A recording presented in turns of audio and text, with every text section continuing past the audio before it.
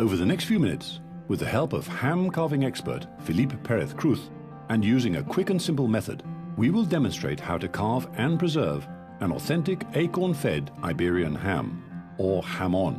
This will enable the flavor, aroma and texture to be appreciated, and for the most to be made of each mouth-watering piece. The different parts of the ham joint used in the carving process: jarrete, maza, contramaza, punta. First, we are going to show the utensils that will be needed. 3 different knives will be used: a wide-bladed knife, a sharp-pointed knife, and a long, thin-bladed and flexible knife to slice the meat. We will need a steel to keep the knife blade sharp, and also a ham holder to keep the jamón firmly in position so that it can be carved safely. Before starting to carve the jamón, it must be cleaned. First, we use the wide-bladed knife to make a deep cut around the leg and cut through the nerve of the jarrete.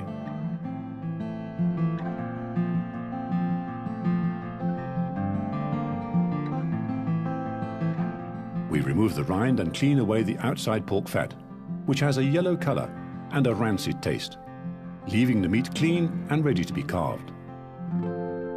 If the jamón is not going to be used all at once, it is important to clean only those parts which are going to be carved, so that the rest of the meat can remain protected. We place the jamón in the ham holder, with the maza facing upwards. To slice the meat, we use the ham knife. The first slices of pork fat are kept for later use in protecting the area being carved.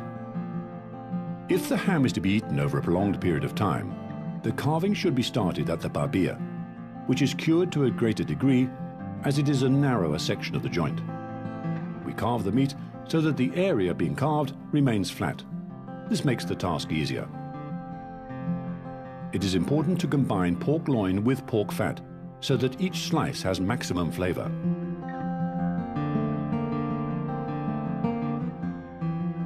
When the hip bone is reached, we use the sharp-pointed knife to separate the jamón from the bone, trying all the time not to damage the meat.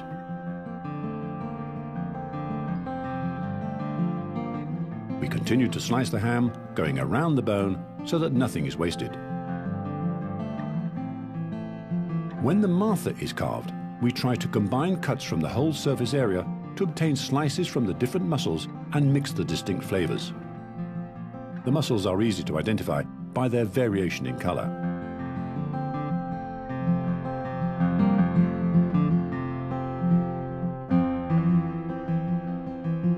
Once this part is finished, we turn the jamón over so that we can start carving the contramaza and the barbilla.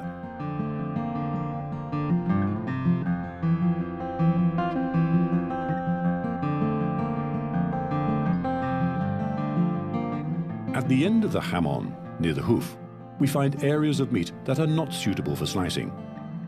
The best way to use this part of the jamón is by cutting it into small cubes.